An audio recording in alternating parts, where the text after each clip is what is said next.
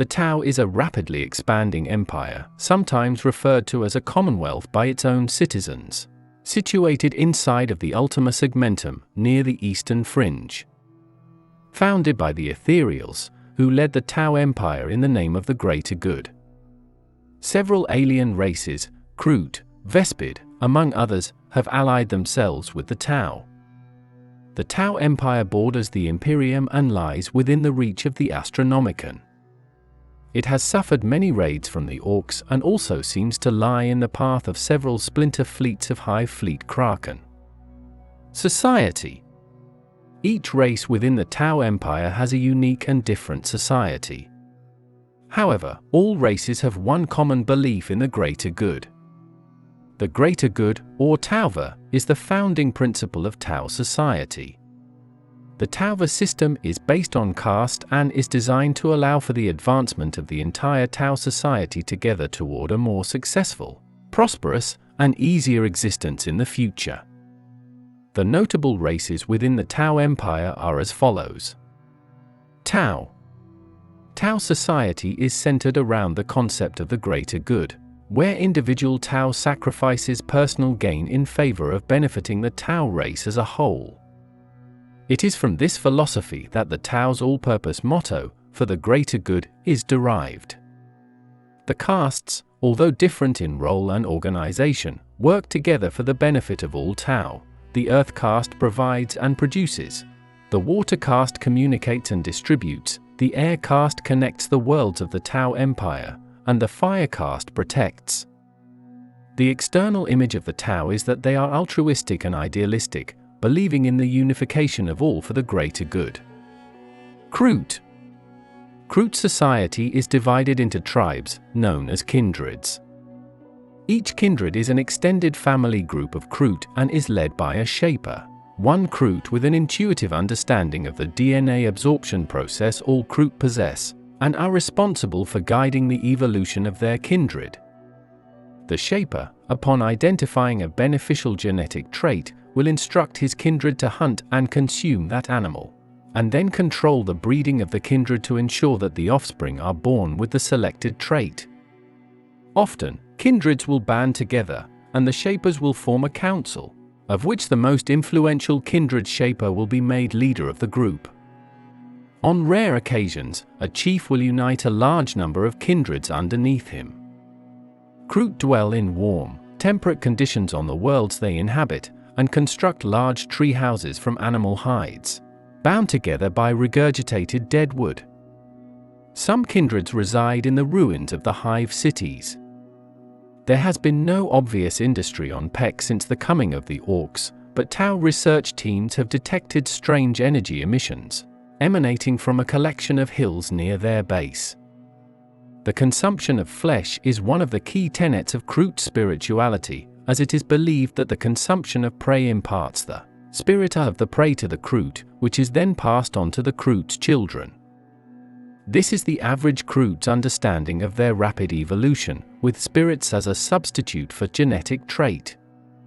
As a part of this, the Kroot believe that when a warrior dies, his spirit should be kept safe by the kindred. They will consider it their responsibility to consume the bodies of their dead foes, along with their own fallen and elders. Vespid. The Vespid warriors, called stingwings, form tactical units referred to as strains. Each strain is led by a strain leader. Because the Vespid language is so complex, presumably because of their complex mouths, and only the strain leaders are given the apparatus to translate their language to their Tau allies, Vespid strains are very close-knit and a lot of reliance on strain leaders comes from both sides. Stingwing strains are highly sought after in Tau Fire Warrior cadres because of their high level of maneuverability. They are often used by Tau commanders alongside crisis battlesuits or used in a scouting role, backing up pathfinders. In the Tau language, they are referred to as Malkor, which comes from mal meaning insect and kor meaning air. Human. The Tau Empire claims to host a growing population of humans or Guvesa who were once a part of the Imperium of man, ranging from ideological defectors to captured guardsmen and their children, they have allegedly been incorporated into the Empire, a notable example being the 19th Regiment of the Brimlock Dragoons. It is claimed by the Empire that the humans are content and treated well, even being allowed to worship the Emperor. Military. Tau ground warfare is carried out almost exclusively by the Fire Caste, with its supreme command being the Shozartol. The Air Caste is responsible for aerial and space combat and providing transport between systems. The basic Fire Caste military unit is known as a cadre, or Kaui, similar in size and role to an Imperial Guard company, and is primarily made up of Tau from the same sept. Auxiliaries are drawn from the alien races within the Tau Empire and can include Kroot warriors, Vespid stingwings, and Guvasa, among other forces. The most commonly fielded cadre is a combined arms formation made up of multiple teams, though more specialized cadres exist such as a battlesuit retaliation cadre and a pathfinder infiltration cadre. 3 to 6 cadres will often fight together as part of a contingent, or TOV similar to an Imperial Guard regiment and commanded by the most senior cadre commander. 3 to 6 contingents may be grouped into a battle also known as a commune or cavale, though this is only a temporary formation. All Fire Caste forces in a given location, whether a planet or star system, are grouped into a command under the leadership of a High Commander, with the 4 commands Fire, Earth, Water, and Air grouped into a coalition or charnel under the command of the local Ethereals.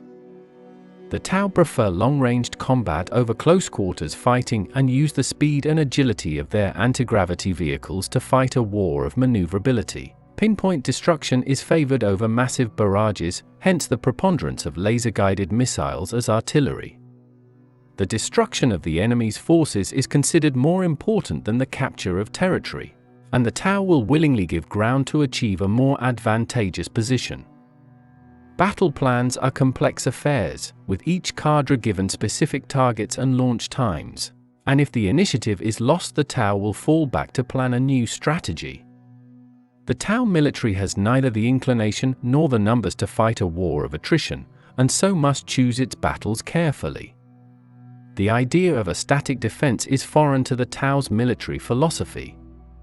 If forced to defend a location, the Tau will still use offensive maneuvers to keep the enemy off-balanced while important assets are removed. Bunkers and other defensive emplacements can be constructed, primarily to defend against long-range bombardment, but as a rule, Tau cities are rarely fortified, and will often be evacuated in the face of an enemy attack. In cases where close combat is unavoidable, the Tau will send in its auxiliaries, the Kroot especially, to handle the situation. History. The exact date of the founding of the Tau Empire is unclear, however, the reasons behind its foundation are known. In Tau prehistory, they lived in tribes on the desert plains, hunting and gathering their food. As their race aged, they expanded to all environments of Tau, adapting to each new environment. The Tau of the plains became strong and skillful hunters, larger and stronger than most other Tau. The Tau of the mountains developed the ability to soar high above the baking deserts on thermals. The Tau of the river valleys developed agriculture and metallurgy, forming the first true settlements. The development of settlements led to the need for trade, and wandering Tau began to negotiate and mediate between the disparate tribes. During the 35th millennium, an Adeptus Mechanicus explorator Fleetland's vision had discovered the Tau homeworld and determined that its population was a primitive people at the Stone Age level of development who had mastered the use of primitive weapons and fire. Before the planet could be cleansed and colonized by the Imperium, however, a violent warp storm erupted around the planet. This continued for 6,000 years, making the Tau's homeworld utterly inaccessible. For some unknown reason, Tau technological advancement proceeded at an unusually rapid rate than would be expected for a newly emergent race. The Tau of the river valleys developed the first fortresses and crude black powder weapons to ward off the aggressive Tau of the plains. During this time, intertribal conflict escalated. These fledgling skirmishes led to the darkest period in Tao's history, the Morn Au, during the end of the 37th millennium.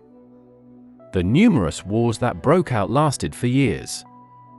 Each year thousands died. Squalid conditions and lack of access to fresh food and water created a plague that killed more Tau than were dying in the wars. The Tau were on the verge of wiping themselves out. During this time, the Tau legends tell of the first appearance of Ethereals at Phiotorn. The Tau builder fortress city of Phiotorn was under siege by an alliance of warriors from the plains and air Tau. Though negotiation had been attempted, the fierce plain warriors would settle for nothing less than the annihilation of Phiotorn.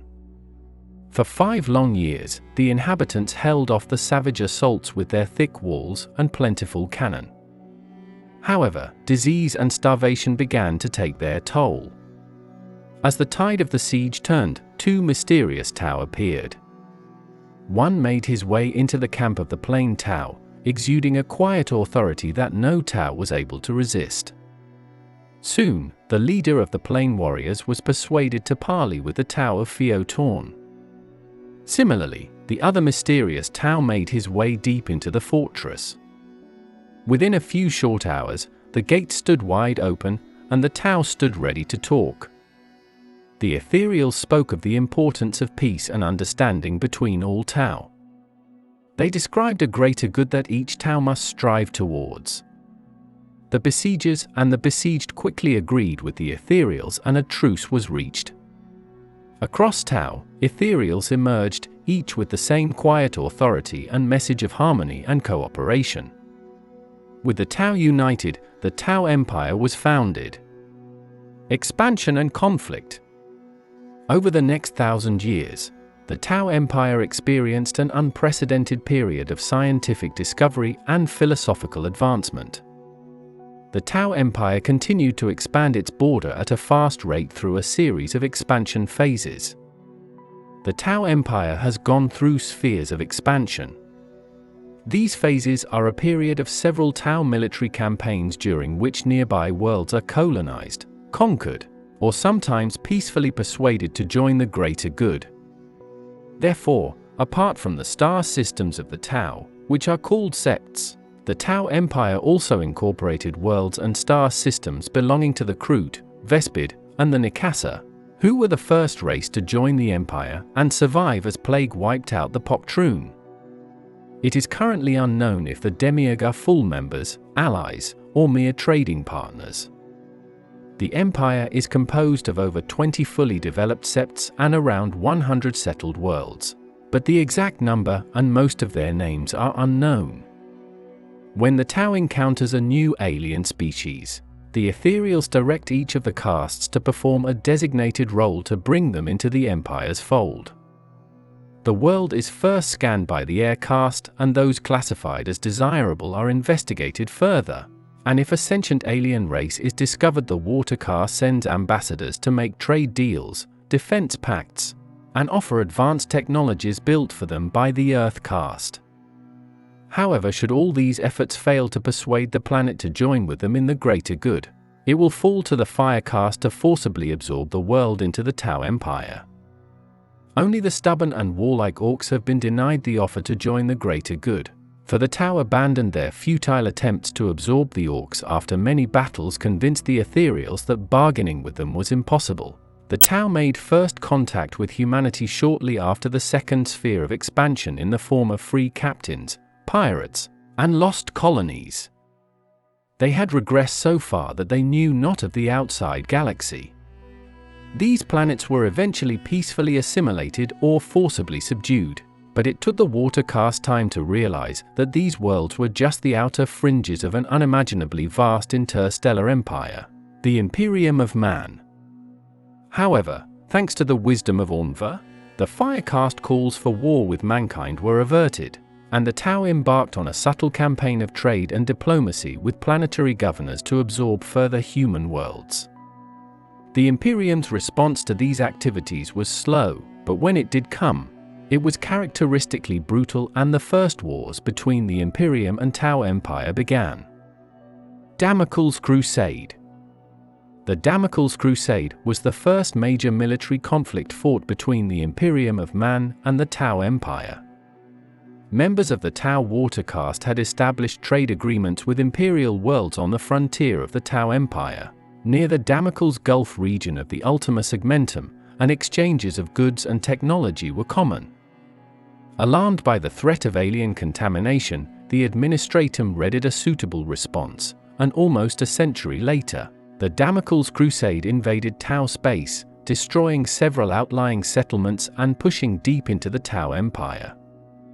When the Imperial fleet reached the Tau-sept world of Dalith, however, the Crusade ground to a bloody stalemate as the formidable numbers and high technology of the Tau and their Kroot allies thwarted every attempt to capture the world or its star system. Many months of terrible fighting ensued with nothing gained on either side. By late M41, the Crusade's commanders eventually agreed to requests from the Tau water caste for peace talks. The negotiations were successful and the Imperial fleet withdrew from Tau space unmolested, primarily due to the impending approach of the tyrannid Hive Fleet behemoth. A known splinter faction is the Farsight Enclaves. Also, more recently, some worlds and star systems of the Imperium have been conquered by the Tau forces, while a handful have seceded and pledged their allegiance to the Tau Empire. Farsight Expedition. The Farsight Expedition was launched shortly after the Damocles Crusade. Under the commander of Farsight, the Tau forces engaged Orks along an asteroid belt before Farsight mysteriously vanished with his fire warriors. After the campaign, Farsight eventually continued his advance despite orders, encountering an unknown enemy at Arthas Moloch and thereafter establishing the Farsight Enclaves. Hive Fleet Gorgon. The Tau Empire was invaded by Hive Fleet Gorgon in 899 M41. Gorgon was exceptional for its ability to quickly adapt on a biological level to new circumstances of battle, such as evolving immunities to Tau weaponry. This rapid pace of adaptation may have been unique to Gorgon, or it may have been a response to conflict with the Tau, who are also highly adaptable but on a technological level. The combined forces of the Tau and the Imperial Guard destroyed Gorgon in 903 M41, albeit after losing several trading partners and colony worlds. Great War of Confederation. The Great War of Confederation began after the Farsight Expedition in 975 M41, and was a war of survival for the Tau. Faced with an enormous Ork invasion fleet, only the leadership of Ormva and Commander Shadow Sun led to Tau victory, paving the way for the third sphere of expansion. Further expansion. Beginning after the Empire had united against the Orks in the Great War of Confederation, in 997 M41 AUNVA declared a beginning to the third sphere of expansion, which drove deep into Imperial territory and saw the Imperium crushed at the Battle of Mugulath Bay. At some point, the Tau sent an expeditionary force to the planet Malbede, where they came into conflict with the Ultramarines chapter in 936 M41. However, the world proved to be cursed when their fighting awakened the sleeping Necrons from their tomb beneath the surface. To combat this threat, the Tau and the Ultramarines combined forces to defeat the Necrons. Once the conflict was over, the Tau were allowed to evacuate their forces by Marneus Calgar, who proceeded to destroy Malbede through an exterminatus. In 666 M41, the Tau fought against the Adeptus Astartes of the Space Wolves chapter during the War for Quarium Alpha. In that water-clogged world, drop pods landed deep in the oceans where their occupants made a move to engage their enemy. On the surface, the battle was fought between the two sides, with an equally deadly conflict erupting in the depths of the sea between the Space Wolves and Tau battlesuits. Thunderhawk gunships were used to great effect against Hammerhead tanks and Manta gunships, with torpedoes, prop bombs, and missiles being used against the Tau. Ultimately, the Space Wolves proved to be the victor in the conflict, where hundreds of Tau and Space Wolf corpses floated to the surface. With their mission complete, the Space Wolves made the long trek back to land across the seabed. By late M41, the third sphere had ground to a halt due to Imperial counterattacks in the Damocles Gulf. Thus the Tau launched additional expansion campaigns, including the ill-fated fourth sphere, which resulted in a wormhole known as the Startide Nexus. This unforeseen consequence has since allowed for the current fifth sphere. Despite the fifth sphere still being underway, a sixth sphere is still being planned in part due to the significant fighting the fifth has experienced in the Startide Nexus and Zone of Silence. Thank you for listening to this entry from the Warhammer 40,000 Lexicanum.